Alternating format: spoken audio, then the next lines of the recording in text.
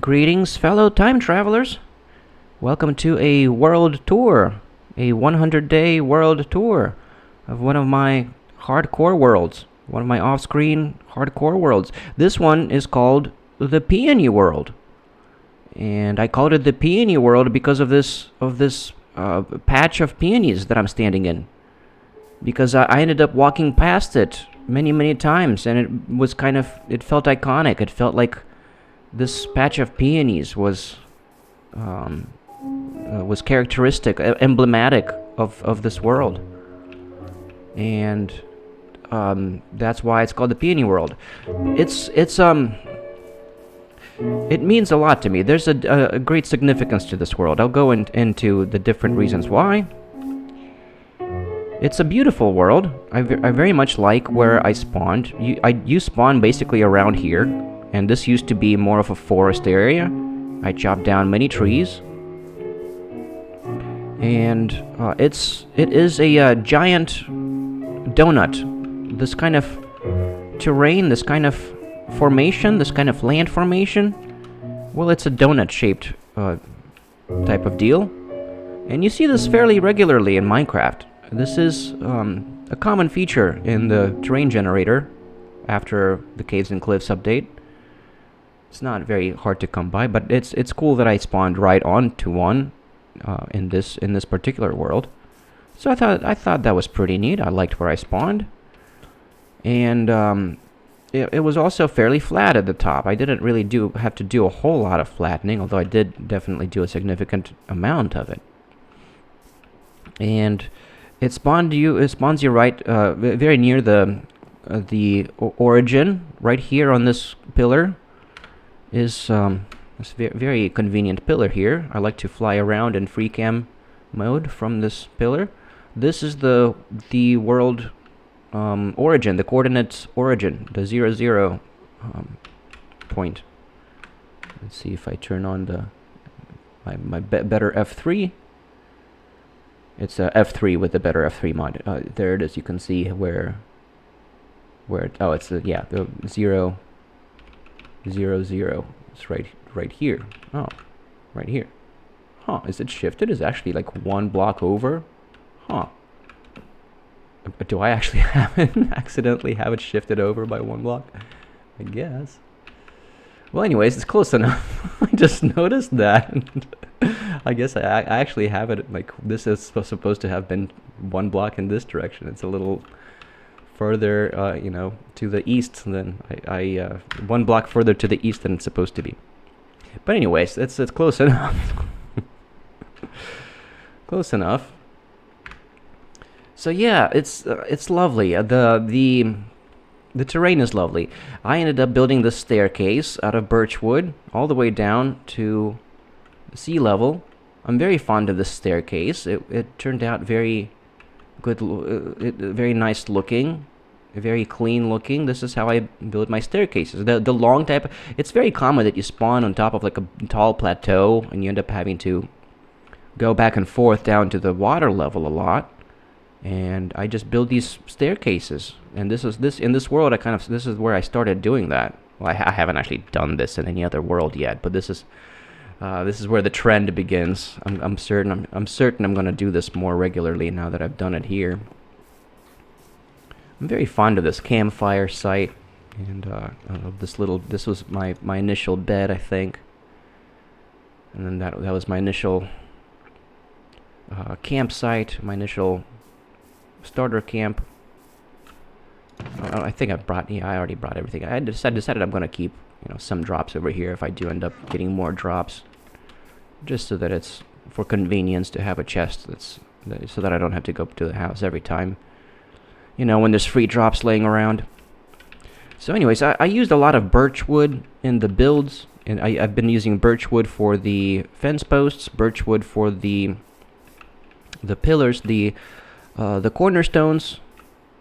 I made 16 cornerstones.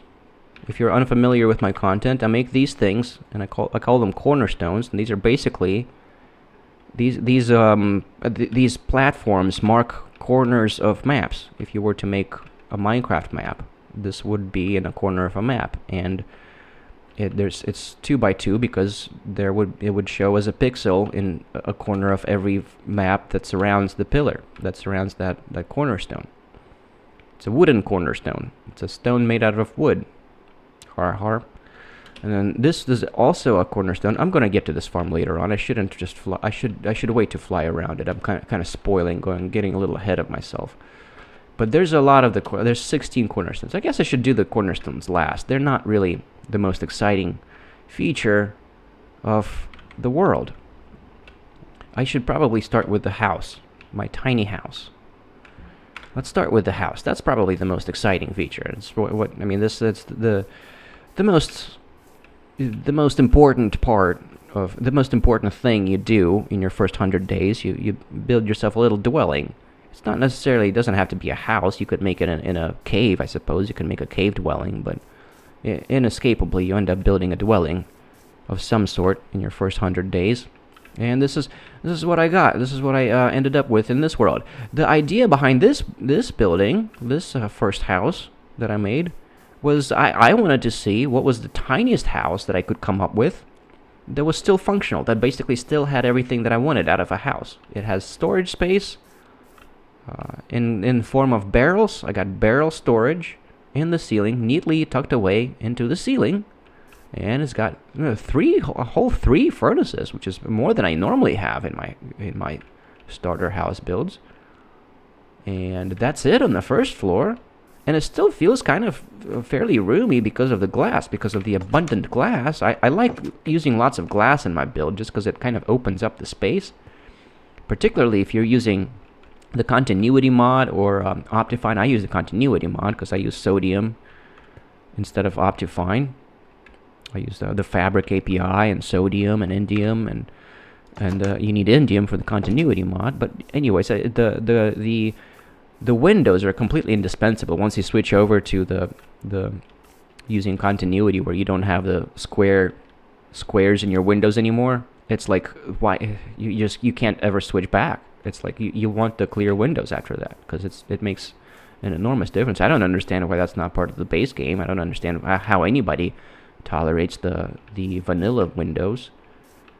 They're completely intolerable. Once you switch over, you're like, oh my gosh, this is like just strictly better. I don't know. I mean, I guess there's like a vintage vibe to it or something to the vanilla windows. I guess I can go ahead and harvest the farm while I'm over here.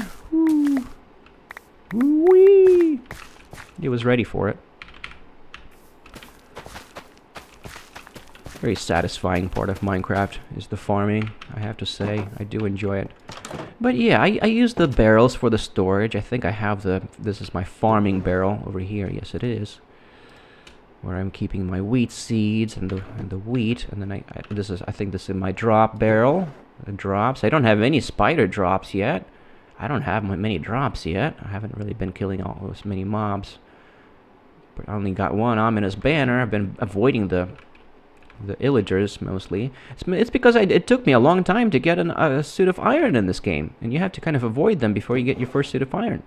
And this is my building materials chest and some goodies. I got what's left of my iron in here. I don't really carry the milk bucket with me now that you don't have to worry about the ill omen effect. I started this world in 1.20 before the 1.21 changes that converted the ill omen effect into a potion effect, not an effect. You get a potion from killing the chieftain of the illagers. And I got my wood chest over here. I got the saplings going on, and this is my stash of oak logs, and plenty of cobblestone, some dirt. I got more dirt in some other chests, and this is special rocks. No, I don't have many special rocks yet. I haven't been caving a whole lot yet in this world, and yeah, that's all you need. That's it. That's all everything I got. I don't have any diamonds yet. I haven't gotten that far into the game. I just barely got myself the iron armor, and this is my goodies chest. This is where I keep all of my goodies. Oh yeah. Don't have anything particularly worth of value so far in this world. But yeah, this is the bedroom. Now initially I built the house one block oops. ran into my face there. I built the house. I had 5 tall stories. So initially, the floor of the second floor was along this level, along the 5th block, and I had the bed basically resting on top of the barrels, and that was really problematic for me. I really did not like how that felt. It felt really weird just walking around lids of the barrels. So, and then that also was before the Nameless World. Before I decided before I started the Nameless World, I decided to switch over to 6-block tall floor heights, story heights. Before that, I used to roll with 5-block tall stories. I think I mentioned this in the previous World Tour, in the generic World Tour, in which I have the 5-block stories. But, since then, I changed my mind. I started doing 6-block tall stories. And in this one in particular, I decided to go ahead and actually change it. So I shifted the entire second floor of the house, including the roof and everything. I broke everything down and shifted it up by 1 block, and by 2 blocks along the roof, because that was down at this level previously, before the change. So this house underwent an alteration because I did not like walking around on barrel lids, and I kind of wanted more height. It does feel roomier this way. I do like 6 block tall stories, especially when the roof block is a full block. Sometimes if you're using slabs for the roof, it feels roomy enough with just 5-block tall stories. I don't know how people live in cramped environments where you see people a lot of the time only having like 3-block tall interiors or 4-block tall interiors, and that just doesn't feel roomy enough to me. It just feels cramped. Like the ceilings is like you're gonna bump your head against the ceiling. I like very tall ceilings, and so now I make them 6-block tall minimum. But yeah, ever since I made that change, it feels good. It feels nice in here. It still feels kind of cramped. I mean, the objective was to make the smallest design possible that was functional. And I did. And it is functional, but it does feel a little bit cramped. So I don't think I'm going to be doing this very much after this time. I decided I don't like this small of a build for the starter house, for the first house. I do like my first houses to be slightly bigger than this. But I really like how it turned out, and I probably will use this design in other worlds as perhaps, like, it makes an excellent design for not an outhouse. I was about to say an outhouse. That's a toilet. That's where you go to do your doo-doo. An outpost, for an outpost. It's an excellent design for an outpost house. If you're just wanted a little tiny building somewhere far away, where you don't really want to build something big, but you just want a spot there where you can sleep at night, then it makes a great design for that. And I don't have a chimney or anything going on because it just wouldn't fit properly. So yeah, this is the rooftop. I really like. I still got the glass roof going on. I really like that design. I kind of roll with this in almost all of my builds. The bigger builds.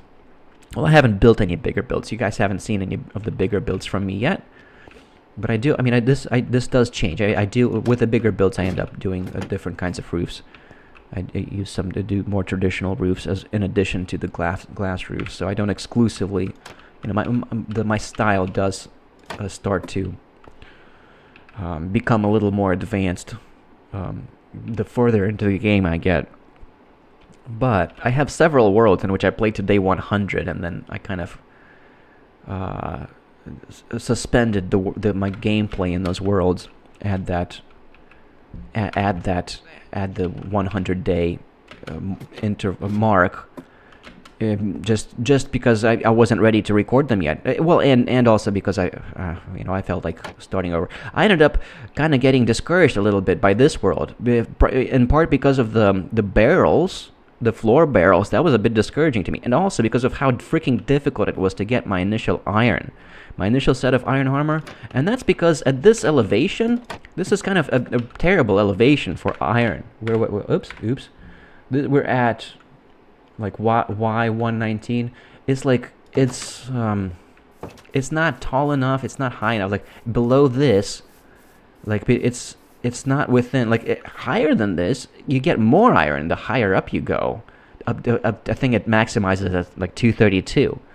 So it gets you get more progressively more as you go up. But going down from here, this is kind of the no iron zone below like the 90 and I mean below between 80 and 72, no iron spawns at all, and then between like 90 and 56 or so, like there's just very little of it. Between 72 and 56, there's very little of it, I think.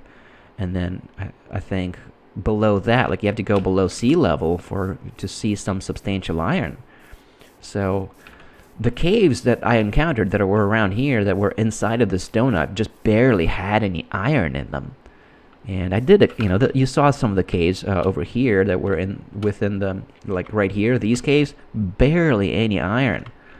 So that was a little frustrating. And the bigger caves that are like around here, these bigger caves, well, they're death sentence caves. I'm afraid to go in them because, I mean, I wanted the iron first. I want some enchanted iron to go into these caves because things can drop on you from the top. I mean, I don't have until you have small openings along the ceiling, until you're able to light those up, you really shouldn't go into those caves without 8 points of blast protection on your iron because you're gonna encounter the creeper raid. But this is a very interesting cave formations over here, and there's not much iron though. I mean, I should get this iron, but this is also kind of hard to get. How am I going to get to this iron? What am I going to... I guess I can climb it from here. And that's basically what I ended up doing for the iron that I got. I ended up getting a whole bunch of iron from around the perimeter of the donut. But God, I love these peonies here. Absolutely love this patch of peonies. So yeah, that was a little discouraging. So I ended up starting other worlds before I even got to day 100 in this world. But I ended up coming back to this world because it was significant to me.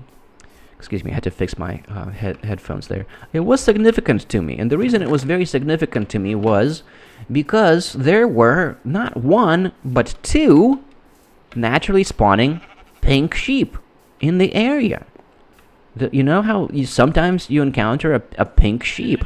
They're very rare, like one in several thousand. I don't remember exactly how rare, but it's hard to come by naturally spawning pink sheep. And this world had two of them, which was absolutely phenomenal. So it felt very special because of that. Because of that alone, I ended up bringing them together. They weren't right next to each other. I mean, one of the pink sheep was like around here, and then there was another one that was like along this side, on this side of the donut, around this area. There was a second pink sheep wandering around over here. So they weren't right next to each other, but still they were close enough to where they were right around the starting area, right around the spawn spot. And I just thought that was incredibly rare. So it felt like I just had to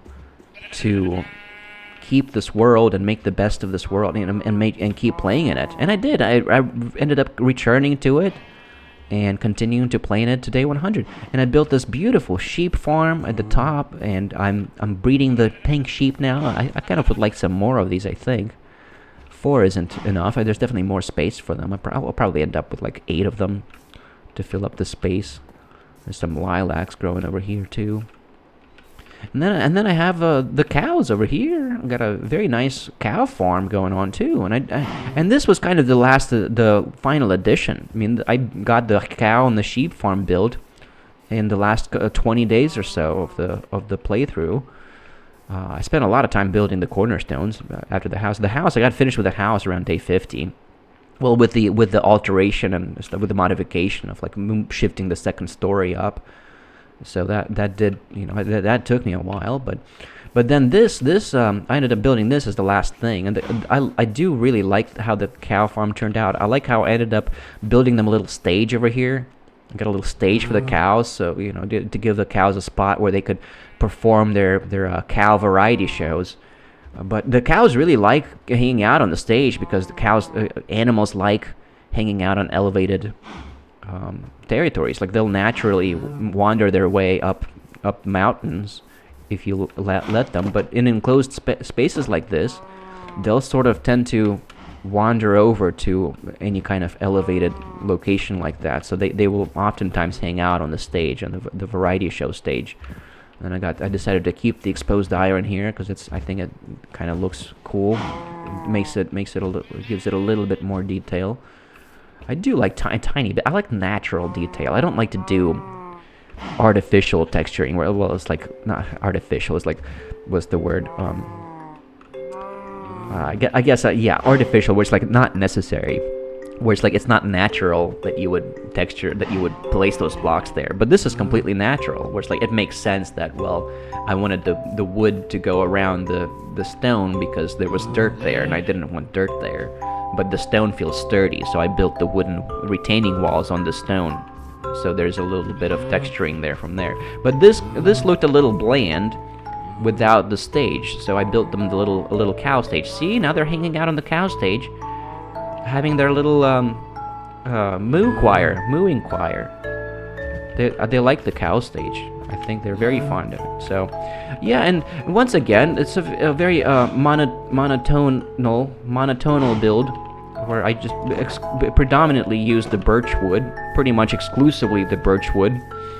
Well, I got the oak buttons. I got buttons made of oak. Isn't that some? You gotta make the buttons out of a different kind of wood. You just wouldn't see them if they were birchwood buttons. That's why they're made out of oak. If it wasn't for the utility, it would just be exclusively birchwood colored. So yeah, that's the cow farm and the sheep farm, which is nice. That's kind of your starting. I got everything I need to get started on my enchanting table. I mean, I don't have the sugarcane yet, but the sugarcane's easy. I can just have the sugarcane going on along the edge of the river there, along the water edge. Then over here, I got a cave entrance. Although you can't really go down into this cave entrance because it just drops down. So this isn't really a good spot to get into the caves from. So I ended up building a ladder going down. And I named these caves very creatively and very aptly. This cave is called Big Cave. I'm very proud of my of the title. I think it describes it very accurately and descriptively. So it's exactly what it is. It's very fitting. It's called the Big Cave, and there's not really much down there to see. I'm not going to go down there. I have another entrance to it over here, closer to the bottom, because I thought that was a good spot for another entrance. But basically, the ladder, it just kind of comes down here into this little place where you have a bit of an observation window, although you don't really see anything out of the observation window. I need some more lights over here. Things can spawn on this block. That's not good. Yeah, I definitely need more lighting. I need more lighting up here. It's still a tad bit dangerous. I'm not sure there's enough light to go on all of these blocks to prevent mobs from spawning. Like, this looks pretty dark here. A creeper might spawn here and drop down on my head. I need to fix that. But, it doesn't go very far because I haven't gotten very far into them. This direction, I blocked this off because this is the direction in which there's dark caves there. And I just haven't made my way through them yet. Because I haven't gotten to that yet. That's kind of probably the next thing that I'll do in this world. Kind of explore the caves a little further. Because I'm going to need more iron. I don't have any more iron. I need more iron for an anvil and more armor. Because your armor is going to break. Your shields are going to break. You're going to need more armor, more iron. So yeah, that's what's up there, and that's the big cave. There's not much more to see to it. See there in the cave, and then I guess I'll show you guys the cornerstones. I do have a good amount of them. I built 16 cornerstones, which is a few in the generic world. I had 19, which is a few more. But 16 is also a pretty substantial number. Basically, it goes around a 3x4 map unit area. So like this is the farthest one over here, so it got 4 cornerstones going in this direction and 4 cornerstones in this direction. So that's 4x4, and that makes 16. I guess that's a 3x3 map area. I'm sorry, it's a 3x3 map area, which is very nice. You can make a that'll fit within a square. It'll neatly fit within a square. So that's just 9 map areas, really. But yeah, you can see these cornerstones in the corners of maps. I really like building the cornerstones because they kind of lay claim to the area and make it feel like it's yours, and they kind of frame the area well, frame the terrain to where it makes it easier to orient yourself around the terrain. So that it just makes it feel smaller. It makes it feel more comprehensive, more brain friendly, if you will, more heuristically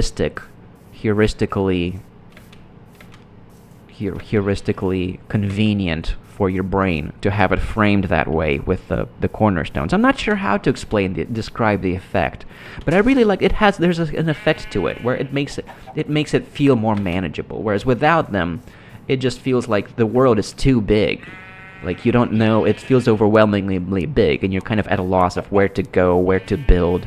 But then you build these cornerstones and lay claim to these map areas. And then it's like, well, I should try to build something in this area and in this map area. You kind of, the objective, I think, becomes to kind of, like every map area starts to develop its own bit of identity, and you kind of end up wanting to build something within each map area, which I haven't really done. I mean, there's not really much yet in these map areas. I mean, there's not much in this world yet besides the cow farm and the little house. That's all. That's it. And then this is the outermost cornerstone over here. I don't really need to go over here. You can clearly see what it is from here. They're just wooden platforms. They'll show up in maps once I start making maps. I haven't started making maps yet. I haven't gotten that far yet.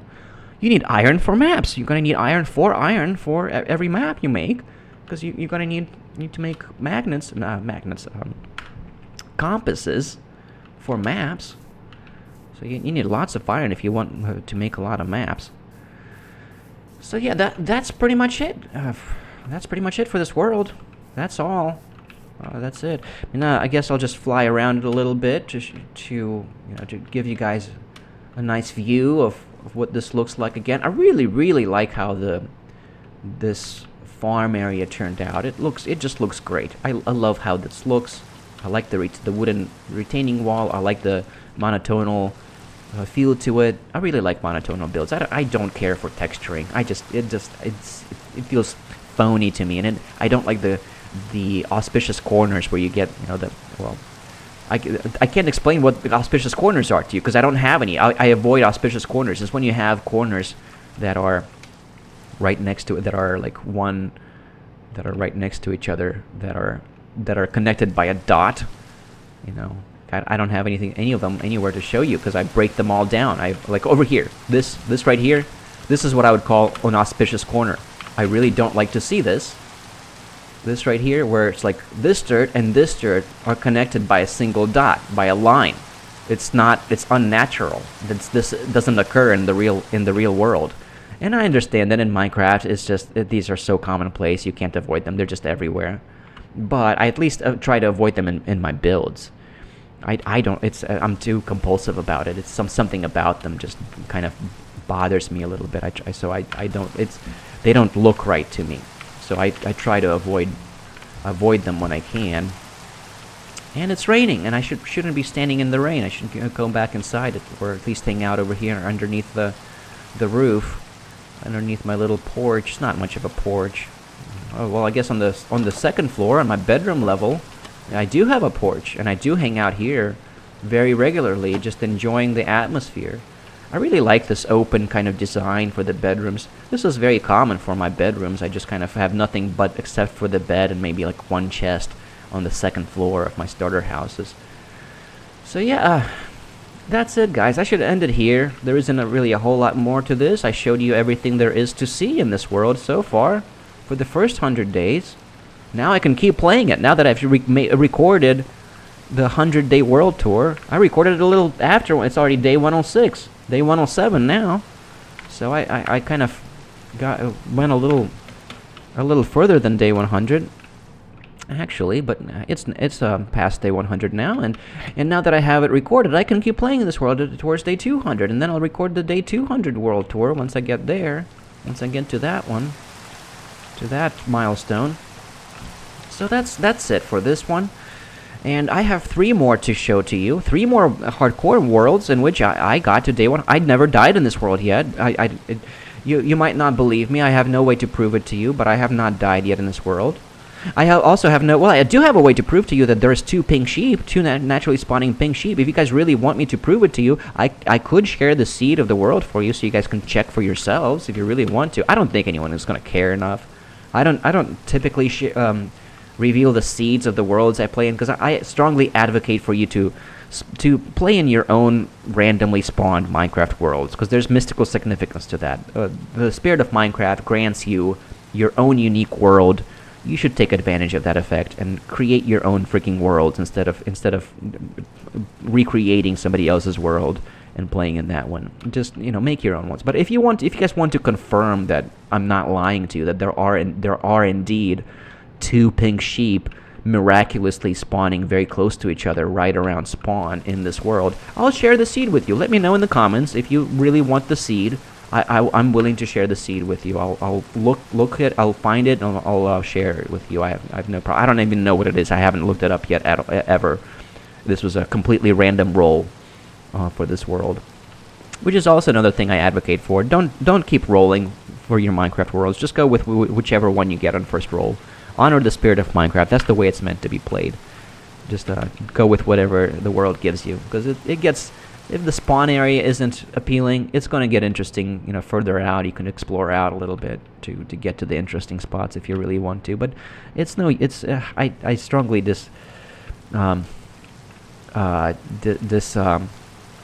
disavow discourage trying to re-roll for a better seed. Just go with whatever one you get first. The more random, the better. That's I think just to preserve the spirit of Minecraft, to honor the spirit of Minecraft.